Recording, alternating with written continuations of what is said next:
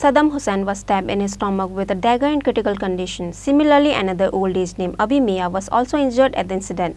Both of them were arrested by the police on the incident night at Murabari village under Bishalgarh police station.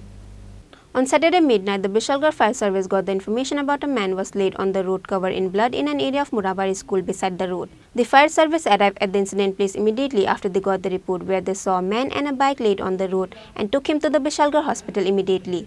Later, he was identified as Sadam Hussain from Poshim Lokibil village after he woke up in consciousness. He got stabbed all over his body with a dagger. The police has arrived at the village immediately after the incident report.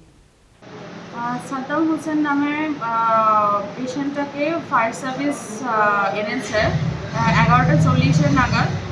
তো তারপর patient unconscious ছিল প্রথমে।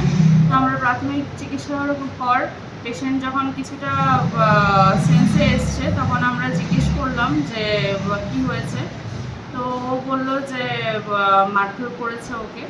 তো পেটে বুকে পায়ের মধ্যে খুব সম্ভবত স্ট্যাব ইনজুরি, আর পেশেন্টের মাথায়ও অনেক আঘাত আছে, তার জন্য আমাদের রেফার করতে হচ্ছে যে এজিএমসিতে।